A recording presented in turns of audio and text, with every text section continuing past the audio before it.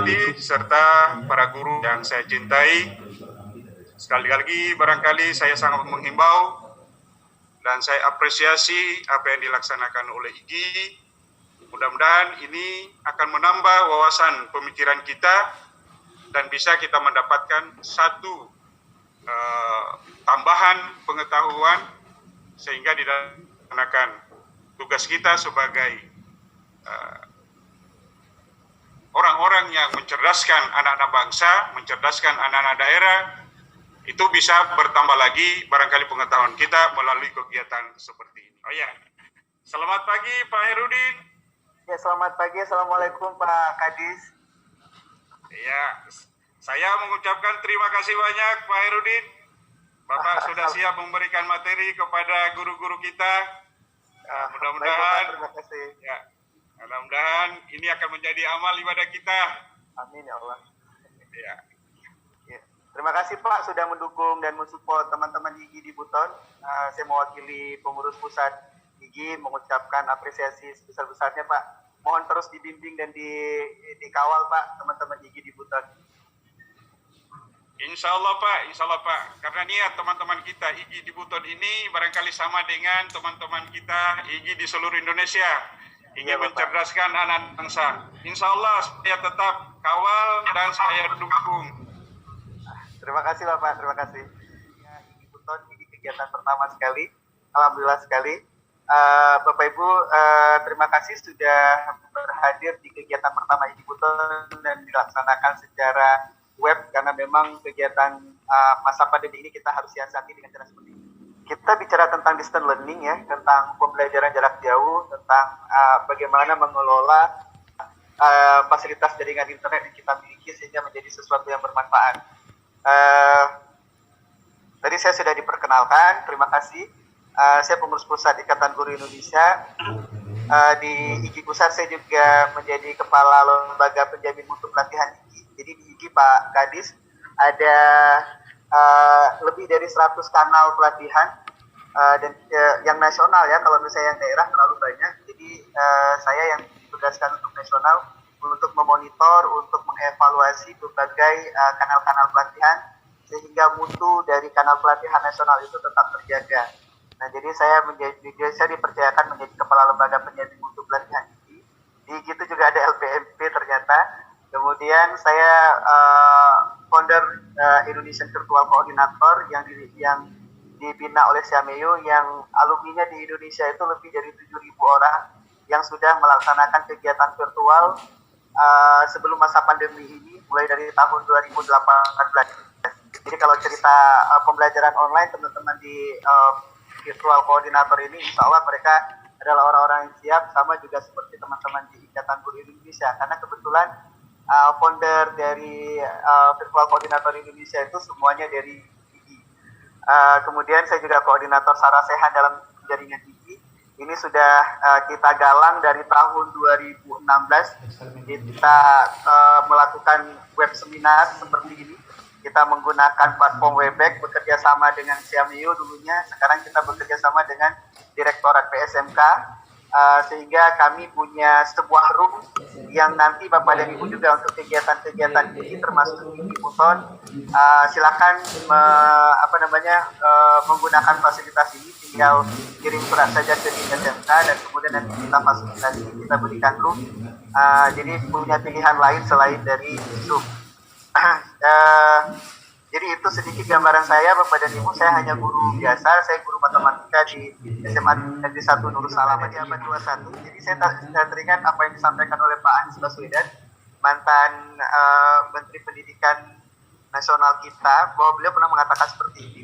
Nah, ini ketika beliau jadi Mendiknas ya, kita berada pada abad 21, namun masa pandemi ini ternyata Bapak dan Ibu, guru-gurunya menjadi lebih progresif, guru-gurunya menjadi lebih cerdas gitu. Nah, jadi ada sedikit hikmah yang kemudian membuat kita guru dalam tanda petik dipaksa untuk menggunakan fasilitas-fasilitas yang sifatnya daring. Nah, jadi karena dipaksa untuk menggunakan fasilitas yang sifatnya daring, pada akhirnya kita sudah mengenal tool-tool abad 21. Nah, sekarang terjadi pelompatan, guru-guru kita sudah berada di abad 21 insya Allah. Menteri Pendidikan pendidikan dan kebudayaan kita, Pak Mendikbud, ini kita tahu bahwa beliau adalah orang yang sangat milenial. Jadi beliau juga pernah menyampaikan bahwa ada 4 kompetensi yang harus dikuasai pada era digital ini, yaitu bahasa Inggris, teknologi, coding, dan statistik. Nah, nanti penjelasannya Bapak dan Ibu boleh browsing. Nah, terutama saya ingin menarik 2 hal, yaitu teknologi dan coding. Kita tahu bahwa teknologi dan coding ini sangat terkait erat. Kita tahu bahwa salah satu penghasilan Pak Mendikbud ini sebelum beliau menjadi menteri, Pak Nadiem, itu kan dari coding. Bagaimana beliau memanfaatkan Google Map, kemudian menjadikan coding di Google Map itu menjadi pemetaan bagi ojek, sehingga menjadi besar, menjadi startup, bahkan sekarang menjadi bukan hanya unicorn tapi dekakorn. Penghasilannya 10 triliun per tahun. Nah, itu bagaimana beliau cerdas memanfaatkan teknologi dalam hal ini coding. Nah, sehingga jadilah Gojek itu menjadi raksasa transportasi di Indonesia. Nah, jadi kenyataannya bahwa kita tidak bisa menghindari teknologi. Di dalam seluruh aspek kita harus menggunakan teknologi. Dan sekarang Bapak dan Ibu, kita melihat bahwa teknologi akan berperan besar pada dunia pendidikan. Ini ruang kelas abad 21 dan ini sebenarnya tidak terkait dengan pandemi, Bapak dan Ibu. Sebenarnya apa yang dilakukan oleh guru-guru pada saat ini terlalu masif, itu sebenarnya sudah kita lakukan pada zaman sebelum pandemi. Guru-guru kita sudah bergerak, terutama guru-guru yang bergabung di IGI. Mereka sudah bergerak sudah cukup lama. Nah, tetapi ketika masa pandemi ini, dan saya akui ya, teman-teman guru di IGI, mereka para pejuang sinyal. Nah, mereka ternyata jauh lebih siap pada hari ini. Kita bisa melihat pergerakan masif itu banyak dilakukan oleh IGI dalam membuat webinar, melatih guru secara online. Nah, jadi siap atau tidak siap kita harus mempersiapkan diri untuk keadaan. Tidak cerita tentang revolusi industri, Bapak dan Ibu bisa membandingkan revolusi industri, tapi yang pasti jika kita bicara revolusi industri, maka kita akan berbicara tentang everything is internet. Jadi semuanya menggunakan internet of things, semuanya menggunakan internet. Jadi revolusi industri 4.0 itu ditandai dengan penggunaan internet dalam segala lini masa kehidupan kita. Teknologi keharusan, Bapak dan Ibu. Jadi teknologi itu memberikan hasil akurat, mempengaruhi belajar, membantu koneksi dalam kehidupan sehari-hari, serta memberi koreksi terhadap hasil yang dicapai. Saya ibaratkan saya sebagai guru matematika, jika saya tidak menggunakan teknologi, maka pertama dampaknya adalah saya dianggap sebagai guru jadul, guru yang ketinggalan zaman. Kalau misalnya saya tidak menggunakan teknologi, pembelajaran yang saya lakukan di kelas itu sesungguhnya hanyalah pembelajaran yang sifatnya abstrak. Jadi guru-guru matematika, mungkin saya punya sahabat di sini, Pak Muhammad Ansar, beliau juga guru matematika.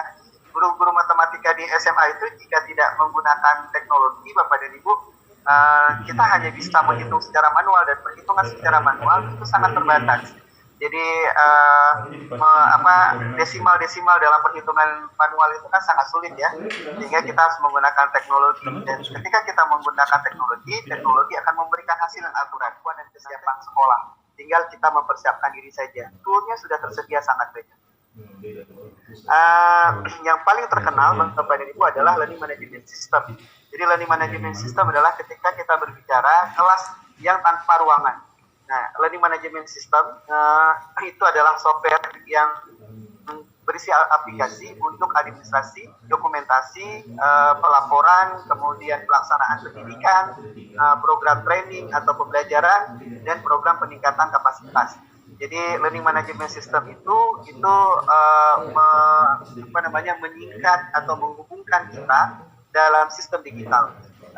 Bapak dan Ibu, kita kenal sebenarnya banyak sekali ratusan learning management system yang ada di dunia ini. Jadi kita bagaimana caranya kita menggunakan saja. Saya dalam kesempatan ini memperkenalkan beberapa, Bapak dan Ibu. Mungkin Bapak dan Ibu pernah menggunakan Edmodo. Edmodo itu adalah salah satu learning management system yang tampilannya hampir sama seperti Facebook. Dia social learning network. Edmodo, ini saya arahkan kursor. Edmodo Bapak dan Ibu memiliki keuntungan, kemudahan kalau saya menilai. Kemudahannya adalah Edmodo menyediakan banyak variasi jenis soal lagi dalam versi. Kalau misalnya versi hanya menyediakan versi meeting, itu Zoom dan Webex sebenarnya hampir sama, mudah sekali diterobos. Jadi siapapun dengan gampang menerobos. Bahkan Zoom yang versi meeting, Webex yang versi meeting itu mudah sekali orang untuk share screen tanpa persetujuan host. Tapi Zoom lebih kuat kalau untuk persetujuan host. Nah, Webex kalau kita gunakan versi berbayar yang sekitar 14 jutaan per tahun itu baru bagus. Nah, sehingga ini digunakan oleh Kementerian Pendidikan dan Kebudayaan kita menggunakan Webex untuk interaksi di dunia maya. Dan alhamdulillah kami di Sarasehan dalam jaringan ini Sadar dipercaya oleh Direktorat SMK untuk mengelola satu Webex yang Bapak dan Ibu bisa manfaatkan, dan kami di Sadar itu memberikan kesempatan kepada seluruh teman-teman IG di daerah untuk memanfaatkan Webex.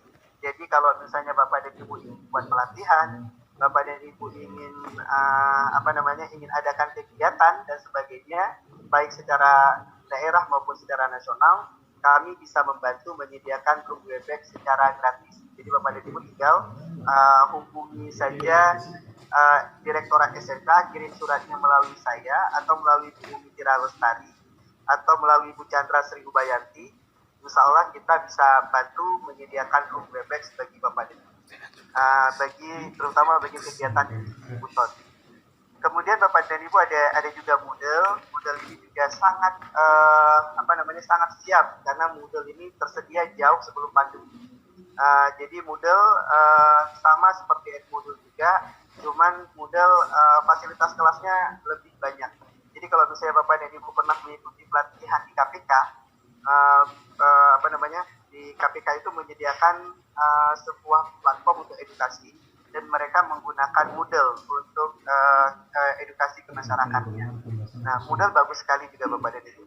Kuiper itu menyediakan modul Bapak dan Ibu. Jadi Kuiper yang versi berbayar, selain ada modul, ada juga video, yang video pembelajarannya sangat berkualitas, sama juga seperti Ruang Guru, sangat berkualitas. Jadi mereka menyediakan tool yang sangat baik, mereka menyediakan modul, mereka menyediakan video pembelajaran. Ya, tapi sekali lagi berbayar. Tapi saya pikir berbayar kalau diberikan kualitas yang bagus, saya pikir tidak masalah. Nah, kemudian yang bisa dimanfaatkan secara gratis sekarang sudah ada G Suite dan Google Meet. Dulunya Bapak dan Ibu sebelum masa pandemi, Google Meet ini tidak bisa digunakan secara umum, jadi hanya bisa digunakan Google Hangout. Google Hangout atau Google Meet ini adalah fasilitas untuk video conference. Jadi Bapak dan Ibu bisa melaksanakan video conference melalui Google Meet. Kalau dulu hanya Google Hangout. Google Hangout itu Bapak dan Ibu hanya bisa 20 orang tanpa menggunakan video. Kalau pakai video hanya bisa 10 orang. Itu Google Hangout dulunya. Kalau sekarang Google Meet itu tidak terbatas. Cuman juga besar jaringan internet yang digunakan oleh Google Meet. Nah, ini terintegrasi ke Google Suite juga. Google Suite itu adalah integrasi ke Google Classroom, Bapak dan Ibu. Jadi bisa dimanfaatkan untuk learning management system. Jadi Google itu punya Google Meet dan Google Classroom yang memberi bantuan kepada Bapak dan Ibu untuk melaksanakan pembelajaran. Dengan satu catatan, bahwa di sekolah Bapak dan Ibu sudah punya website, ada Sekolah Maya. Cuman memang masih di dalam perbaikan dan mohon maaf masih agak kurang kuat kalau untuk sistem learning management sistemnya. Tapi pemerintah sudah memulai, saya pikir juga sudah bagus, apalagi pemerintah menguatkan dengan biaya bos afirmasi dan bos kinerja, dan saya juga yakin di Provinsi Sulawesi Tenggara, mungkin di Kabupaten Buton juga punya beberapa sekolah yang memperoleh bantuan bos afirmasi dan bos kinerja yang di dalamnya harus ada konten rumah tangga. Nah, terakhir Bapak dan Ibu, saya ingin jelaskan tentang Microsoft Teams. Microsoft Teams jujur bukan karena saya master trainer di sana, tetapi memang karena saya justru diajak oleh Microsoft, dan saya menyahuti karena melihat berbagai fitur yang bagus di Microsoft Teams atau terintegrasi ke Office 365. ke Office 365 Bapak dan Ibu. Jadi Microsoft Teams ini Bapak dan Ibu bisa manfaatkan untuk pembelajaran, banyak tutorial-tutorial dan apa namanya ya, kalau untuk video conference langsung ada di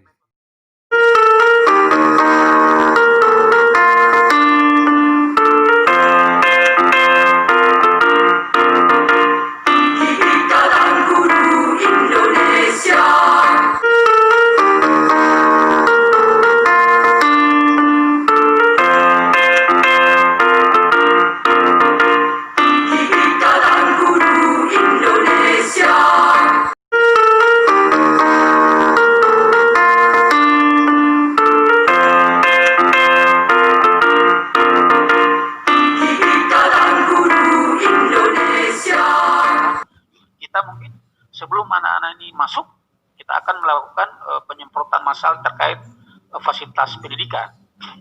Nah, ini penting sekali dalam hal memastikan bahwa di sekolah itu betul-betul steril dengan proses penyebaran virus ini. Nah, kemudian yang kedua yang perlu kami sampaikan bahwa dipastikan alat-alat pencegahan ya teman-teman guru, tetapi dimanapun dia berada, orang tua tetap dalam pengawasan dalam hal pencegahan penyebaran virus ini. Bapak Ibu yang kami hormati dan saya banggakan, terutama teman-teman pengurus di Kabupaten Buton, bahwa untuk kejelasannya bahwa produk yang nantinya akan kita keluarkan terkait mekanisme atau proses pembelajaran di masa COVID-19 ini, insya Allah sebelum tanggal 13 itu produk dalam bentuk modul proses pembelajaran yang akan kita distribusikan ke semua jenjang pendidikan baik PAUD, SD maupun SMP, itu kita akan sudah bisa berikan kepada teman-teman dan pedoman proses pembelajaran di masa COVID ini. Saya kira mungkin itu dari kami ya, sekedar penyampaian, dan mungkin untuk teknisnya ya teman-teman sekalian dari teman IGI Kabupaten Buton ini, kami sangat mengharapkan sumbangsi pemikiran atau konsep-konsep dasar sebelum kita melaksanakan pertemuan. Harapan kami besok itu ada nanti kita akan undang, saya sudah sampaikan kemarin dari Korwas itu, untuk mengundang teman-teman praktisi pendidikan maupun masukan-masukan, terutama yang sampaikan Pak Surip tadi. Tetap kita akan melakukan konsultasi dengan pihak LPMP untuk penyempurnaan modul yang akan nanti kita gunakan khususnya kita di Kabupaten Buton, sehingga ke depan tidak ada lagi yang bertanya bahwa kita sudah melaksanakan dengan cara ini, tidak, tapi kita coba seragamkan dan disesuaikan dengan kondisi karakteristik wilayah masing-masing. Saya kira itu saja dari saya yang perlu kami sampaikan, dan saya ucapkan terima kasih. Bila bisa bilang, Assalamualaikum warahmatullahi wabarakatuh. Belajar, walaupun orang tua murid tidak begitu menguasai pelajarannya, mereka masih bisa bekerja sama untuk membimbing anak-anaknya. Namun banyak kita temukan yang menjadi persoalan tersendiri bagi anak-anak. Banyaknya guru, khususnya di daerah, masih memiliki persepsi bahwa pembelajaran daring harusnya selalu diakhiri dengan memberikan tugas sebanyak-banyaknya kepada peserta didik. Yang akibatnya adalah bukan hanya murid yang stres, termasuk kedua orang tua, ditambah lagi fasilitas yang belum mendukung sepenuhnya, seperti jaringan internet dan tidak memiliki handphone Android. Kesiapan sekolah pada tahun pelajaran baru secara luar jaringan atau luring, paling tidak yang harus dipenuhi adalah keselamatan bersama, baik guru tata usaha, murid, orang tua, masyarakat, serta semua pihak yang berhubungan dengan sekolah, agar nantinya tidak menjadi klaster baru COVID-19. Kegiatan di rumah. Sedangkan yang kondisi sehat diperbolehkan masuk dengan mengikuti aturan protokoler kesehatan dalam menanam menangani COVID-19. Sekian dan terima kasih. Hanya itu paparan saya, yaitu adalah sekilas kesiapan untuk menghadapi tahun ajaran baru dari SD Negeri 15. Saya sarankan, tapi yang lebih saya tekankan adalah sehubungan dengan pelaksanaan kegiatan ini. Pelaksanaan kegiatan ini harapan saya supaya tetap berkelanjutan dan tidak hanya sampai di sini, sehingga apa yang menjadi tujuan dan sasaran daripada kegiatan ini bisa memberikan dampak yang positif terhadap peningkatan mutu pendidikan, khususnya terhadap pada pelaksanaan kegiatan proses belajar mengajar di kelas berkaitan dengan situasi dan kondisi saat ini. Dalam hal ini masa-masa pandemi COVID-19. Itu dari saya. Terima kasih. Assalamualaikum warahmatullahi wabarakatuh.